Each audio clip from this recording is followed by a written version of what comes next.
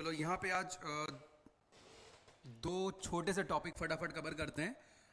LMVT यानी Lagrange mean value theorem and Rolle's theorem. ठीक है, Rolle's theorem and Lagrange mean value theorem.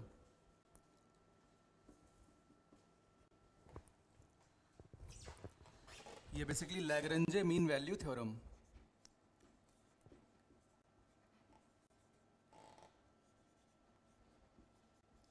Mean value theorem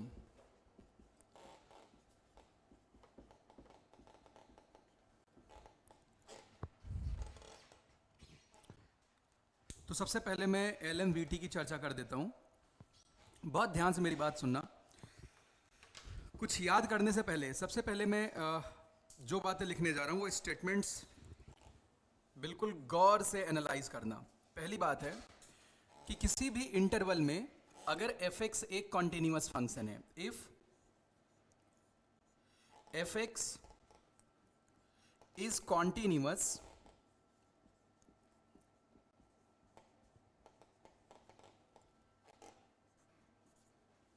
in interval close a to b end of course differentiable function भी है, and बिल्कुल book इस style में लिखते हैं, and differentiable in open interval a to b। कहने का मतलब a से b इंटरवल में ग्राफ में कोई ब्रेक पॉइंट नहीं होगा, कोई कॉर्नर पॉइंट नहीं होगा, राइट? इतनी बात दे रखी है। जरा इसका ग्राफ बनाते हैं।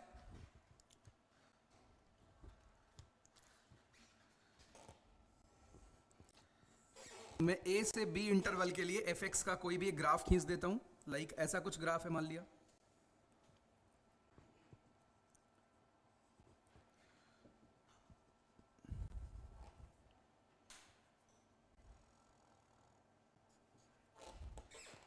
अब गौर करना बच्चे, यहां पे जो आपके पास अटमोस्ट पॉइंट है b के करस्पॉन्डिंग जो आउटपुट होगा दैट इज fb, यानी ये वाला पॉइंट fb है, और a के करस्पॉन्डिंग जो आउटपुट होगा दैट विल बी fa।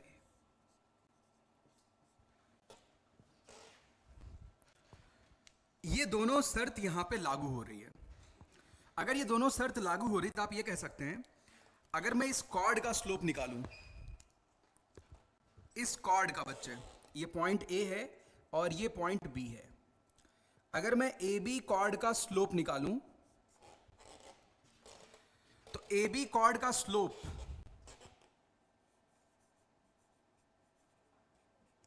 ये क्या होगा साथी? FB minus FA upon B minus A। बोलो बच्चे हाँ या ना।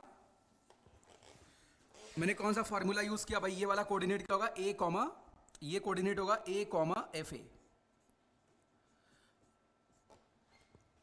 तो मैंने y2 minus y1 upon x2 minus x1 वाला फॉर्मूला लिखा है स्लोप कैलकुलेट करने के लिए। यहां पे कोई दिक्कत नहीं, ये इस कॉर्ड का स्लोप है। अब आप अगर ध्यान दो, थोड़ा बहुत भी ध्यान दो, अगर मैं इस कॉर्ड पे कई सारे टेंजेंट बनाऊं, ये देखो बच्चे, यहां पे मैंने एक टेंजेंट बनाया, फिर टेंजेंट बनाया, फिर एक और टेंजेंट, फिर एक और टेंजेंट, लाइक दिस, फिर ऐसा कुछ टेंजेंट। तो आपको नजर आ रहा है इस कॉर्ड पे जैसे जैसे मैं टेंजेंट बना रहा हूं, कम से कम एक पॉइंट जरूर आएगा जहां पे टेंजेंट लाइन इस कॉर्ड के पैरेलल हो जाएगी। इसमें कोई दिक्कत तो नहीं है? जहां पे टेंजेंट लाइन किसके पैरेलल हो जाएगी? कॉर्ड के। कहीं भी आप ऐसे ट्रेवल कर रहे हो, अगर आप कॉर्ड बनाते हैं तो आपको कम से कम कर्व पे एक पॉइंट जरूर मिलेगा जहां पे टेंजेंट लाइन कॉर्ड के स्लोप के पैरेलल हो जाएगी। बोलो कोई दिक्कत तो नहीं है? तो यानी देयर एग्जिस्ट, अगर ये बात लागू होती है, गौर करना, अगर ये दो बात लागू होती है, then there exist at least one C belongs to interval A to B, जहां पे टेंजेंट का स्लोप इस कॉर्ड के स्लोप के बराबर हो, such that f dash C equals FB minus FA upon B minus A, upon B minus A. बोलो भाई, इतनी बात पूरी अच्छे से समझ आ रही है? बोलो भाई, किसी को दिक्कत तो नहीं है?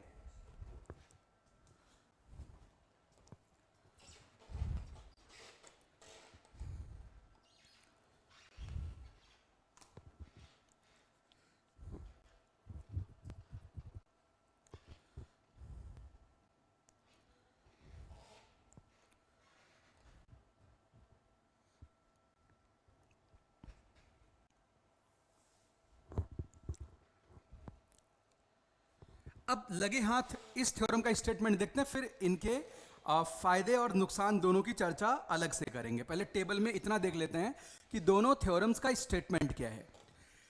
तो बच्चे, रोल्स थ्योरम की अगर मैं बात करूं तो पहली शर्त होती है कि एफ एक्स, यही LMVT वाली शर्त है, F x should be continuous, या ऐसे लिखते हैं इफ एफ एक्स इज, ऐसे लिखते हैं if F x is continuous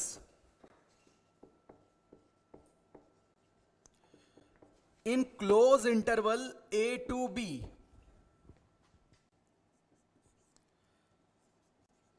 and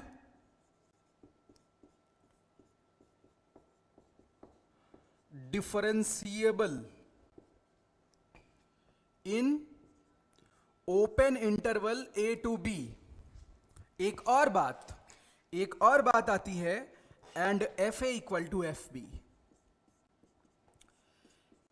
यानी अगर आपने अपनी यात्रा इस पॉइंट से शुरू करी थी, F A equal to F B का मतलब आपको इसी लेवल पे कहीं ना कहीं वापस आना है चलते हुए। जब आप सेम लेवल पे वापस आएंगे तो इसका मतलब ग्राफ में क्या होना चाहिए, वहां पे बेंड, ग्राफ मुड़ना चाहिए। बगैर ग्राफ के मुड़े ये वाली बात नहीं हो सकती है। ये बात क्लियर है? तो बच्चे, ग्राफ का मुड़ना बिल्कुल तय है। यानी देन, पहले मैं ग्राफ बना लेता हूं फिर कंक्लूजन लिखेंगे। तो इस पे ग्राफ बना लेते हैं। ऐसा कुछ हो सकता है, मतलब कई सारे पॉसिबल पिक्चर बन कर आप बना लो। ये देखो बच्चे, ऐसा होता है कि ए से यात्रा शुरू हुई और बी पे यात्रा खत्म हो रही है। आप ऐसे जा सकते हो, आप कुछ ऐसे भी जा सकते हो, इस तरीके से भी जा सकते हो, आप स्ट्रेट भी जा सकते हो, आप ऐसे भी आ सकते हो। एम्पल नंबर ऑफ ऑप्शंस आपके पास हैं जाने के लिए। लेकिन आपका ग्राफ कम से कम क्या हो रहा है, एक बार मुड़ रहा है। एक बार ग्राफ को मुड़ना पड़ेगा। और उस टॉप मोस्ट पॉइंट पे क्या खास बात होगी, जो टेंजेंट होगा that will be parallel to X axis. यानी टेंजेंट का स्लोप क्या होगा बच्चे, 0। यानी LMVT का स्पेशल केस है। जब एफ ए और एफ बी बराबर हो जाएंगे तो एफ डैश सी क्या होगा, 0। कोई दिक्कत तो नहीं है बच्चे? यहां लिखते हैं, this implies that there exist at least one C belongs to interval a to b such that f dash c equal to 0। कम से कम एक सी ऐसा आएगा। कुल मिला के ये ग्राफ की एक एनालिसिस है। जो लिखा हुआ, दोनों थ्योरम जो भी लिखी हुई है, एक ग्राफ का एक एनालिसिस है बस। इतनी कहानी समझ आ गई? ये नोट करो, फिर इसके कमेंट बॉक्स में लिखते हैं कुछ कुछ बातें। पहले ये बात नोट कर लो बच्चे। मतलब अगर आपको LMVT आता है तो रोल्स ऑफ कोर्स आना चाहिए, इसी का स्पेशल केस है।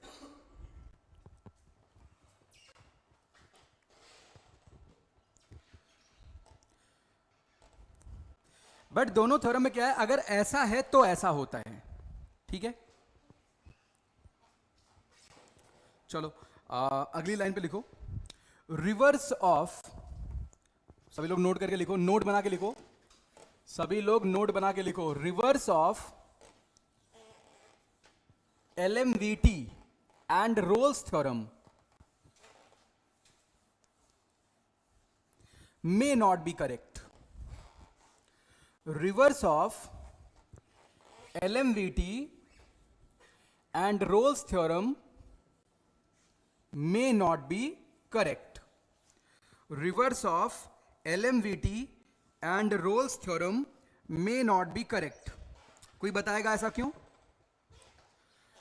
रोल्स थ्योरम और एलएमवीटी का रिवर्स ऐसा हो सकता है कि सही ना हो, और रीजन बिल्कुल क्रिस्टल क्लियर है। बिल्कुल हो सकता है किसी पॉइंट पे डेरिवेटिव जीरो हो, लेकिन ये बात लागू ना हो कि फंक्शन कॉन्टिन्यूअस है या फिर डिफरेंशिएबल है। जैसे देखते हैं यहां पे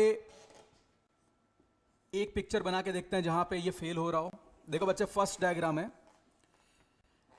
मैंने कहा रिवर्स। रिवर्स का मतलब ऐसा लागू हो रहा है, ऐसा लागू हो रहा है, ये है एफ डैश सी जीरो है, जहां पे सी ए बी इंटरवल की वैल्यू है। लेकिन जो ऊपर की दो या तीन बातें थी कि फंक्शन ए बी में कॉन्टिन्यूअस हो, डिफरेंशिएबल हो, उनमें से कोई बात फेल हो जाए। देखते हैं, ये देखो बच्चे, ये ऐसा ग्राफ है।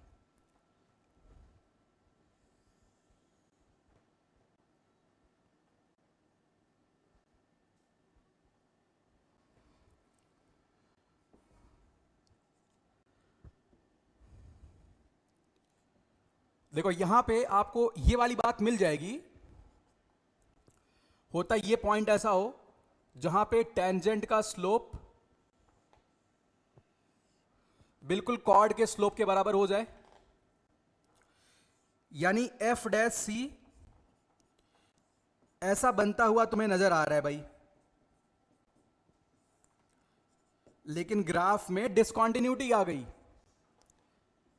देखो यार, ऊपर की सारी बातें हैं कि कॉन्टिन्यूअस है, डिफरेंशिएबल, तब ये बात लागू होगी, इसमें कोई शक नहीं है। लेकिन रिवर्स चलना गलत हो सकता है।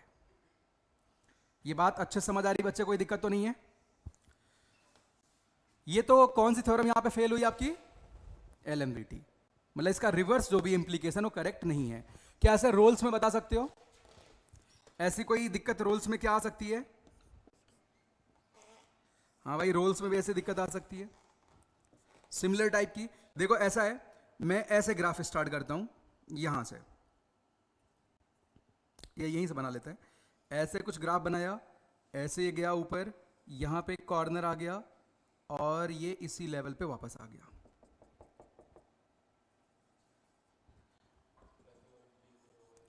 एफ ए और एफ बी इक्वल है, मतलब आपके पास एक पॉइंट, क्या एक से ज्यादा पॉइंट ऐसे आ रहे हैं जहां पे डेरिवेटिव जीरो हो रहे हैं, क्योंकि एटलीस्ट वन सी आना चाहिए था। तो बच्चे आपके पास एटलीस्ट वन सी आ रहा है। देखो ये जीरो हो रहे हैं, कम से कम एक सी आपके पास जरूर है। बोलो बच्चे हाँ या ना? कम से कम एक सी आपके पास है, लेकिन ये फंक्शन अपनी डिफरेंशियबिलिटी किसी पॉइंट पे लूज कर रहा है, तो रिवर्स गलत है। ये आप जरूर बना लो। मींस इन थ्योरम्स का रिवर्स इसलिए सही नहीं होता। देखो यहां पे डिसकंटिन्यूअस था,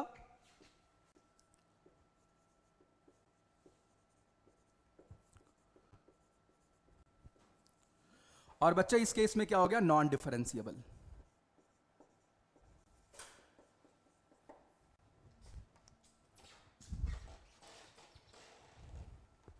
बोलो लाल, कोई समस्या तो नहीं है?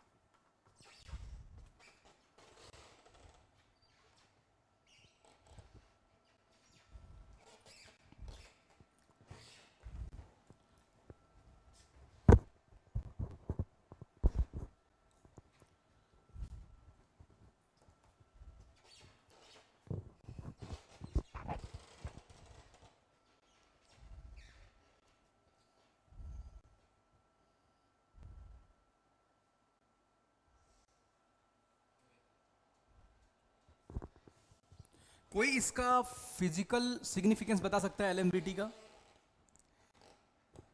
कोई एलएमवीटी का फिजिकल सिग्निफिकेंस बता सकता है?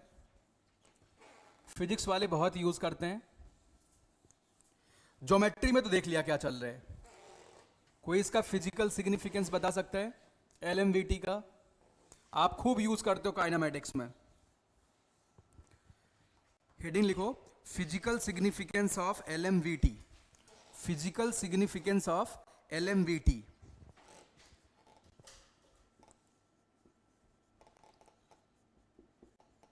physical significance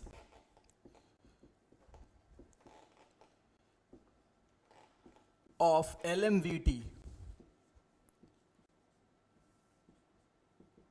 physical significance of LMVT।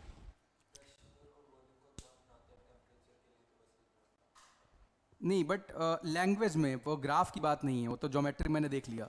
Physical significance क्या है? देखो बच्चे गौर करना, जैसे मान लो मैं आपसे कहूं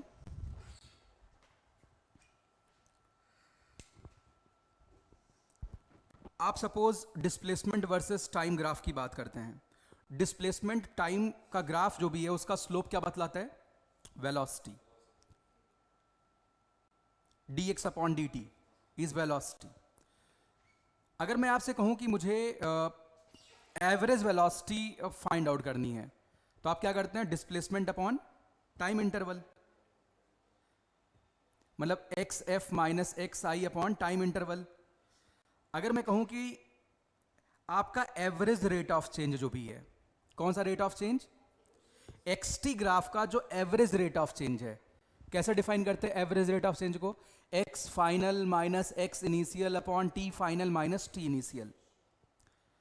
तो जो आपका एवरेज रेट ऑफ चेंज है वो किसी न किसी इंस्टैंटेनियस वैल्यू के बराबर जरूर रहेगी, किसी न किसी इंस्टैंटेनियस वैल्यू के बराबर जरूर रहेगी। जैसे मैं कहूं आपके पास कोई कॉन्टिन्यूअस ग्राफ है, आप कॉन्टिन्यूअस ग्राफ से जो एवरेज वैल्यू निकालते हैं, जो एवरेज वैल्यू निकालते हैं वो मान लिया 88.6 आती है। कैसी आती है? तो इसका मतलब अगर आप सारी इंस्टैंटेनियस वैल्यू पुट करोगे तो कभी ना कभी तुमको 88.6 वाली वैल्यू जरूर मिली रही होगी। मान लो आप अपनी गाड़ी चलाते हैं, वेलोसिटी आप रखते हैं सपोज 5 मीटर पर सेकंड से स्टार्ट करते हैं, 10 मीटर पर सेकंड तक जाते हैं, ठीक है। अब जब आप कॉर्ड का स्लोप निकालेंगे, यानी जब एवरेज निकालेंगे, तो मान लिया आ गया 6.8 मीटर पर सेकंड, तो मतलब कभी ना कभी आपका instantaneous rate of change 6.8 metre per second जरूर रहा होगा। यानी क्या बताता है? Average rate of change equal to instantaneous rate of change. ये बात अच्छे समझ आ रही है? देखो यहां पे एक आप एक्सटी ग्राफ बना लो, तो फिजिकल सिग्निफिकेंस में ये वाली बात आप बच्चे समझो। ये मान लिया एक्सटी ग्राफ है,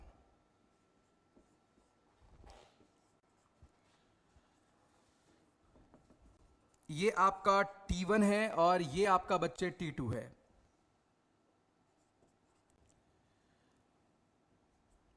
ठीक है, T1 के करस्पॉन्डिंग और T2 के करस्पॉन्डिंग आप यहां आउटपुट लिख लो, तो यहां पे आएगा x T2 कॉमा T2, और यहां पे बच्चे आएगा x T1 कॉमा T1। आप किसी ग्राफ में एवरेज की बात कर सकते हैं, राइट? तो देखो बच्चे, अगर मैं यहां पे ये लिखूं, ये कॉर्ड का स्लोप, तो साथ ही इस कॉर्ड का स्लोप जो भी है इसका नाम ए बी रख लेते हैं। जो एम ए बी है, ये बच्चे क्या दर्शा रहा है यहां पे? एम ए बी कॉर्ड का स्लोप क्या दर्शा रहा है? बताओ, क्या रिप्रेजेंट करता है? Average rate of change. क्या रिप्रेजेंट करता है? Average rate of change. किसी साथी को दिक्कत तो नहीं है ना? सबको समझ आ रहा अच्छे से? भाई इससे तो आप भली भांति परिचित हो। तो बच्चे ये जो स्लोप है ये होगा x T2 minus x T1 divided by T2 minus T1। ये एवरेज रेट ऑफ चेंज है। तो मेरा यही कहना है, ये एवरेज वैल्यू किसी ना किसी इंस्टैंटेनियस वैल्यू के बराबर हो जाएगी। बोल बच्चे हाँ या ना? ये मैंने टाउ टाइम मान लिया, मतलब टाउ टाइम पे जो आपके पास इंस्टैंटेनियस रेट ऑफ चेंज होगा, कौन सा rate of change? Instantaneous rate of change होगा, वो एवरेज रेट ऑफ चेंज के बराबर। बीच में कम से कम एक दफा ऐसा समय जरूर आएगा। ये बात समझ आ रही है? यानी आप यहां लिख सकते हैं d x tau upon d t, या आप ऐसे लिख ले d x t upon d t at which time t equal to tau. वहां पे आपने सी लिया था, कौन सा? हाँ वो चेंज कर लो लाल, T2 है वो y कोऑर्डिनेट है। लेकिन वो सही लिखा हुआ है, ये T1 कॉमा, क्योंकि ये एक्स कोऑर्डिनेट है, एक्स T1, बिल्कुल सही बात है भाई। तो बच्चे t बराबर टाओ पे ये वैल्यू इसके इक्वल हो जाएगी।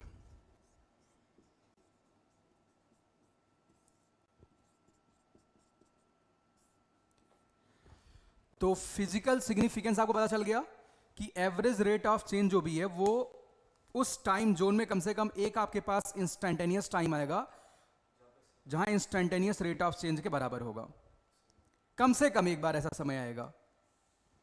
कोई डाउट तो नहीं किसी को ना? ये बात आप भाई फिजिक्स में खूब यूज करते हैं।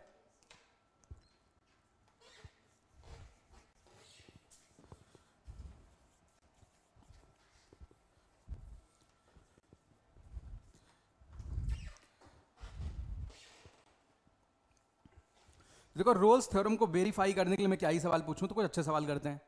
ठीक है, छोटे सवाल तो आप इसके करते आए हो भाई, बोर्ड के लिए आपने पिछले साल पढ़ा ही रहा होगा। देखो यहां पे डायरेक्ट और इनडायरेक्ट दो तरीके के प्रॉब्लम बनते हैं, तो मैं इनडायरेक्ट प्रॉब्लम से स्टार्टिंग करता हूं। हमें पता ही नहीं चलेगा तुम्हें रोल्स लगाना है या फिर एलएमवीटी या क्या लगाना है। तुमको सवाल सिंपल सा क्वाड्रेटिक का नजर आएगा।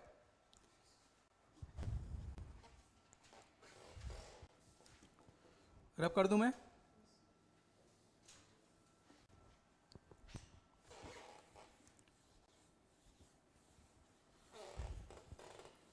तो अब खूब ढेर सारे सवाल फटाफट करते हैं भाई।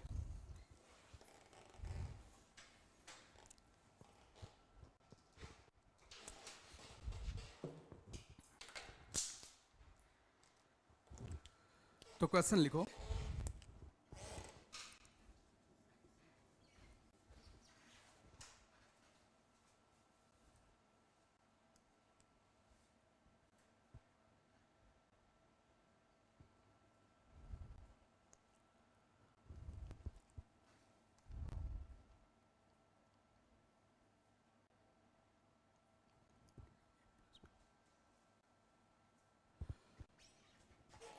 If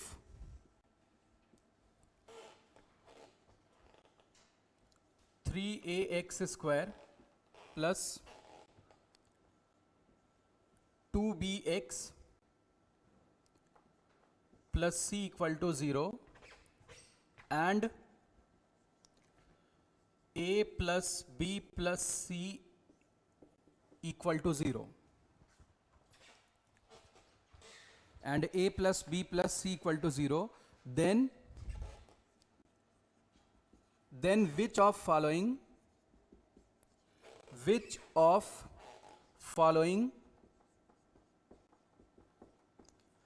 options is oblique are correct? Is oblique are correct? तो फर्स्ट ऑप्शन लिखो बच्चे, fx, sorry,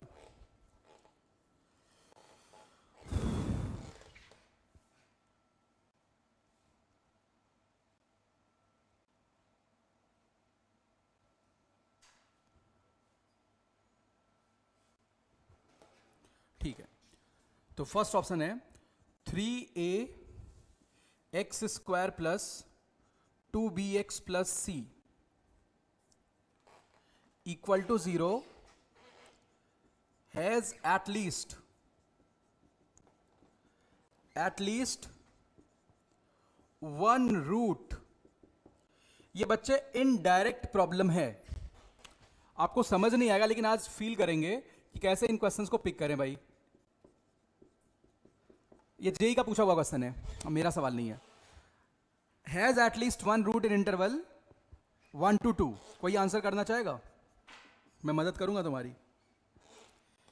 this equal to 0 has at least more than one, options correct हो सकते हैं। 1 रूट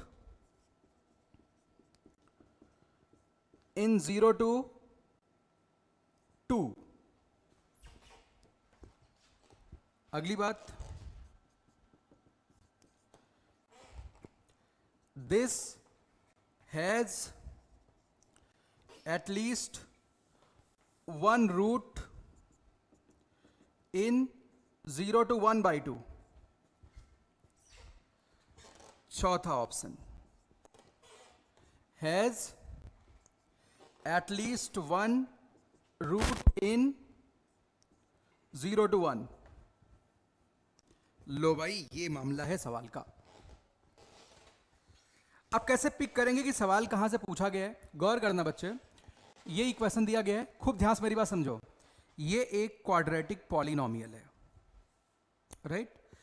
क्वाड्रेटिक पॉलिनोमियल के एटलीस्ट वन रूट की बात इस कंस्ट्रेंट के अंतर्गत करी गई है कि ओपन 1 से 2 के बीच में, 0 से 2 के बीच में हर जगह ओपन इंटरवल्स हैं। इसका मतलब ये क्वाड्रेटिक पॉलिनोमियल किसी क्यूबिक का डिफरेंशिएशन होगा। गौर करो, ये कोई डिफरेंशिएशन लिखा हुआ किसी क्यूबिक का, या किसी का भी लिखा, किसी पॉलिनोमियल का डिफरेंशिएशन लिखा हुआ है, और डिफरेंशिएशन वाले फंक्शन के पास एटलीस्ट वन रूट की बात करी जा रही है। यानी वो डिफरेंशिएशन वाला फंक्शन एटलीस्ट 1 टाइम्स 0 होना चाहिए। यही मतलब हुआ ना? फिर से रिपीट करता हूं, ये जो क्वाड्रेटिक लिखा गया है, मेरा ये कहना है किसी का ये डिफरेंशिएशन होगा, और ये किसी का जो डिफरेंशिएशन है इसके पास 0 से 1, 0 से 2, इसमें एटलीस्ट 1 रूट है, मतलब एटलीस्ट 1 टाइम्स ये 0 हुआ है। तो पहले चेक कर लेते हैं ये किसका डिफरेंशिएशन लिखा गया है। कोई दिक्कत तो नहीं है? तो देखो बच्चे, मैं ये मान लेता हूं ये किसी पॉलिनोमियल का डिफरेंशिएशन लिखा गया है, dpx अपॉन dx। ये किसी पॉलिनोमियल का डिफरेंशिएशन लिखा गया है।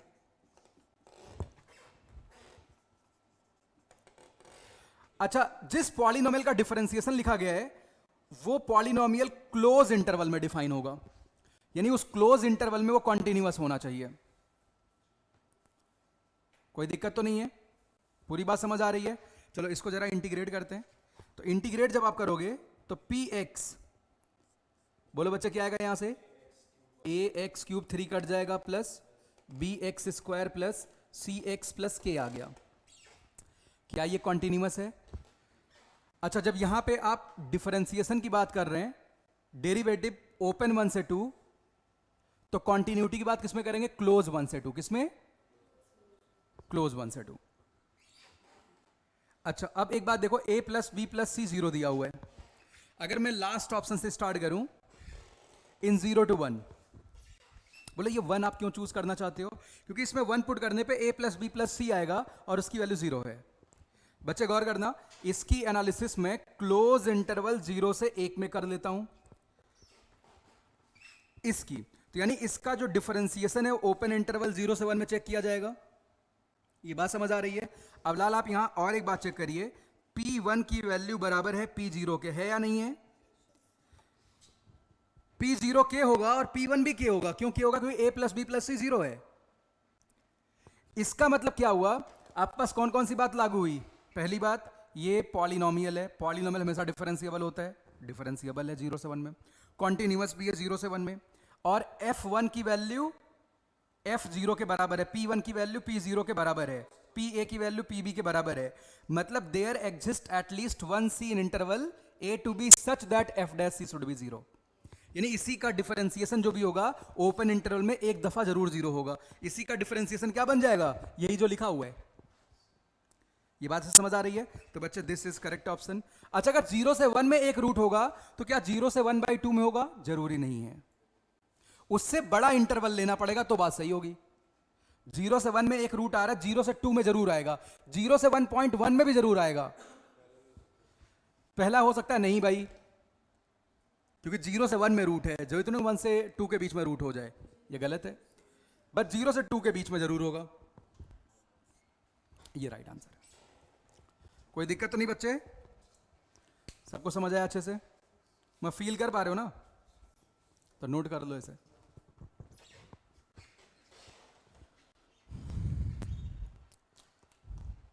अरे जल्दी जल्दी नोट करो, कुछ और सवाल कर लेते हैं, तुम्हारे मॉड्यूल से भी करते हैं।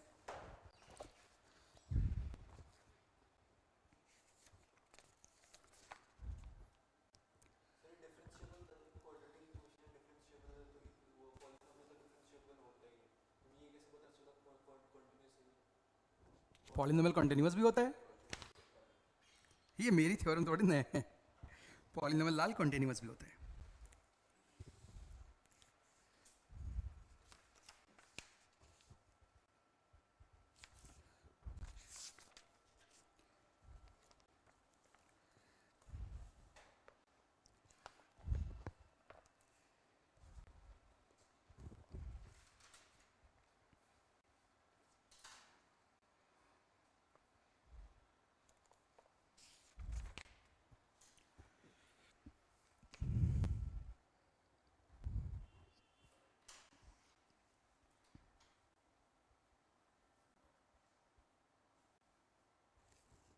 महा लड्डू लड्डू सवाल दे रखे हैं, बट एक सवाल कर लेते हैं, देखते हैं।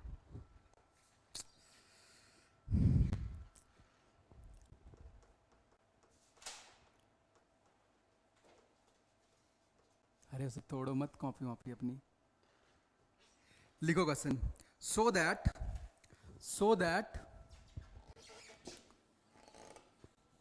so that between any two roots of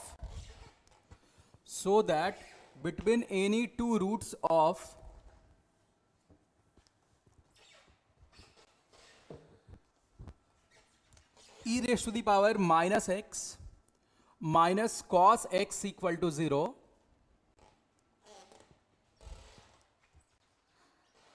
there exists at least one root of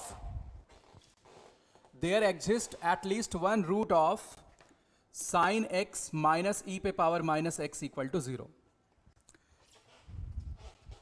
करो बच्चे, ये कोई बाउंडेशन नहीं, आपको रोल से एलएमवीटी से करने हैं। अगर आप ग्राफ में बहुत अच्छे हो, आप ग्राफ से कर सकते हो, जैसे मन करे वैसे करो, यू आर फ्री। क्योंकि रोल्स और एलएमवीटी इनडायरेक्टली किसके पार्ट हैं? ग्राफ के। ये बात समझ आ रही ना? वो कुल लगे ग्राफ के एक एनालिसिस का हिस्सा है।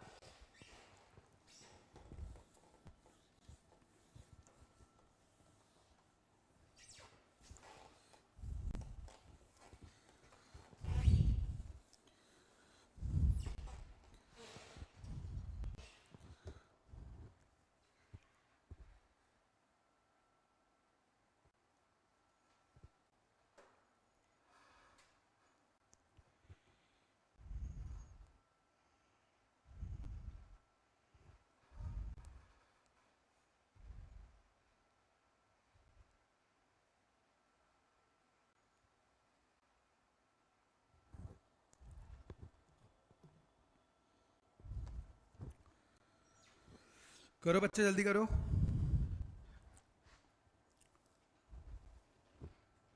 फंसना नहीं है इसमें, हालात खराब है, बुखार हो गया रे। अगर ऐसे सवाल नहीं होंगे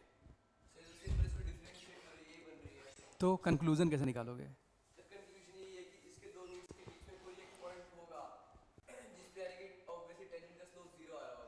कैसे पता?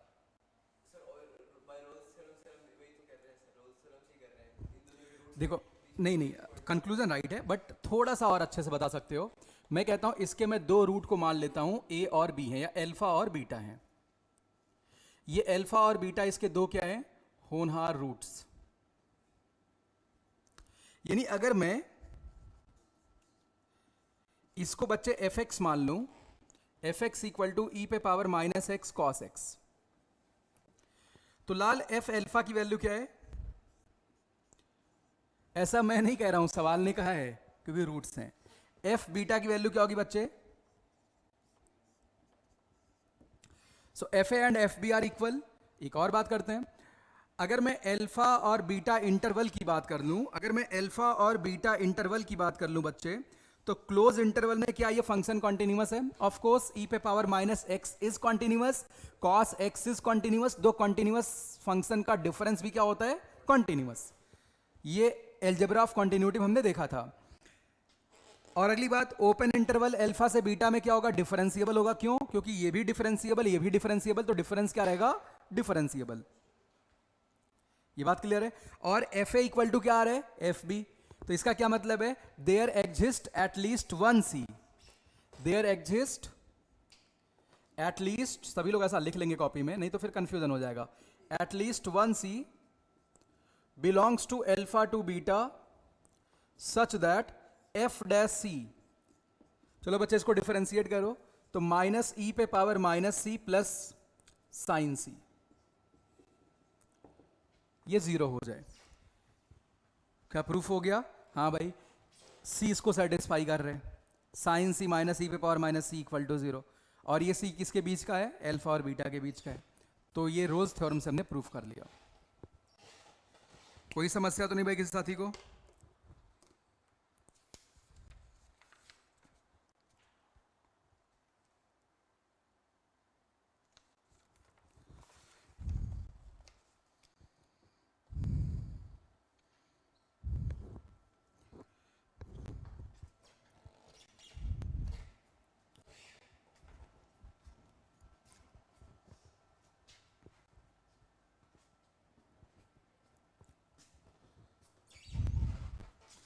आगे बढ़े तो अगला सवाल कर दो बच्चे। देखो ये फंक्शन दिया हुआ है एफ एक्स बराबर एक्स स्क्वायर, किस इंटरवल में दिया हुआ है? क्लोज इंटरवल ए से बी में दिया हुआ है।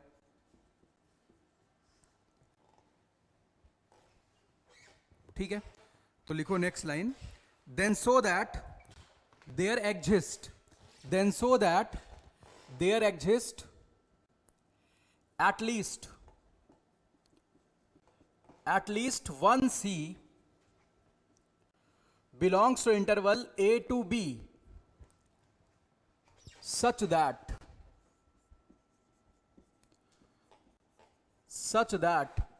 A, C, B are in arithmetic progression.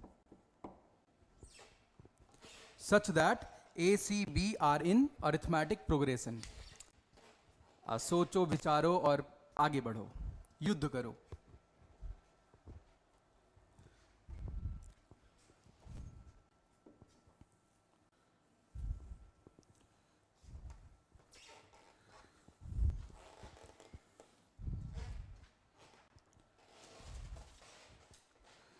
Saturday को टेस्ट का सिलेबस जो तुम्हारा होने वाला है, आगे पीछे जब भी हो तो सिलेबस पता है डिफरेंशियल इक्वेशन है, और ये हल्का वाला टेस्ट है डिफरेंशियल इक्वेशन का, सभी लोग अच्छा स्कोर कर सकते हो।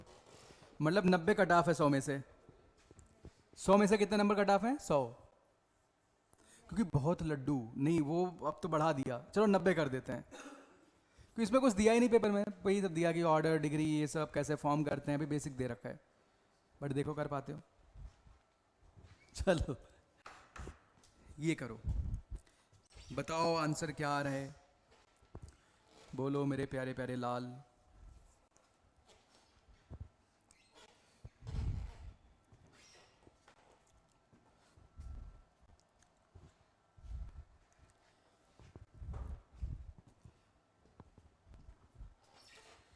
चलो एक बार स्टार्ट करके देखते हैं क्या क्या संभावना यहां बन सकती है। नहीं ऐसा जरूरी नहीं है, वो स्पेशल केस हो गया लाल ना, वो स्पेशल केस हो गया। तुमने बस एक कंडीशन चेक कर डाली यहाँ पे, ए और बी यहाँ भी तो हो सकते हैं, चलो मैं यहाँ मान लेता हूँ। हो सकता है, जरूरी नहीं है। बात है तुम्हें ऐसी कंडीशन करनी जो हमेशा लागू हो। ए और बी तो कहीं भी हो सकते हैं ना। तो देखो बच्चे, ए और बी के बीच में ये एक्स स्क्वायर का ग्राफ है, यू कैन सी। तो साथ ही ये वाला जो कोऑर्डिनेट होगा बी कॉमा बी स्क्वायर होगा, और ये वाला कोऑर्डिनेट होगा मेरे बच्चे, ये वाला कोऑर्डिनेट क्या होगा? ए कॉमा, ये पॉइंट बच्चे ए है और ये पॉइंट बी है। तो आप देख सकते हैं जो कॉर्ड ए बी का स्लोप है वो किसी न किसी एक टेंजेंट के स्लोप के बराबर होगा। क्यों? LMVT से। सबको ये बात अच्छे समझ आ रही है? तो कम से कम बीच में कहीं ना कहीं एक सी जरूर आया होगा। तो बच्चे f dash c, f dash c बोल बच्चा किसके बराबर होगा? F b minus f a upon, अरे होगा कि नहीं होगा? अच्छा एफ डैश सी कितना होगा बच्चे? 2c। आप एक्स स्क्वायर को डिफरेंशिएट करके सी पुट कर दो तो ये कितना आ जाएगा? एफ बी का मतलब बी स्क्वायर माइनस ए स्क्वायर अपॉन बी माइनस ए। क्या भाई ये बात हम प्रूफ कर पा गए हैं? अब ये b प्लस ए आ गया, इसका मतलब ए सी बी ए पी में होंगे। ठीक है, तो ये LMVT का प्रॉब्लम था।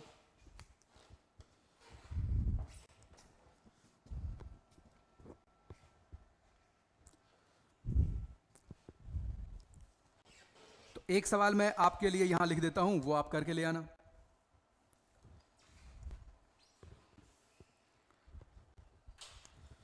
लिखो सवाल, देखना है कौन कौन इस सवाल का सॉल्यूशन मेरे पास व्हाट्सएप कर सकता है। लिखो, by using LMVT for all x greater than 0 prove that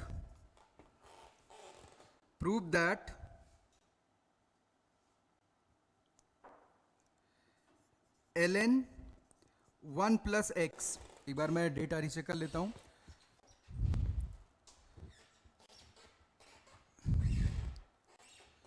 चलो यहाँ पे 1 मिनट, जगह कम पड़ गई। ln 1 plus x is greater than x upon 1 plus x and smaller than x। ln 1 plus x greater than x upon 1 plus x and smaller than x। ठीक है, ये आपको करना है।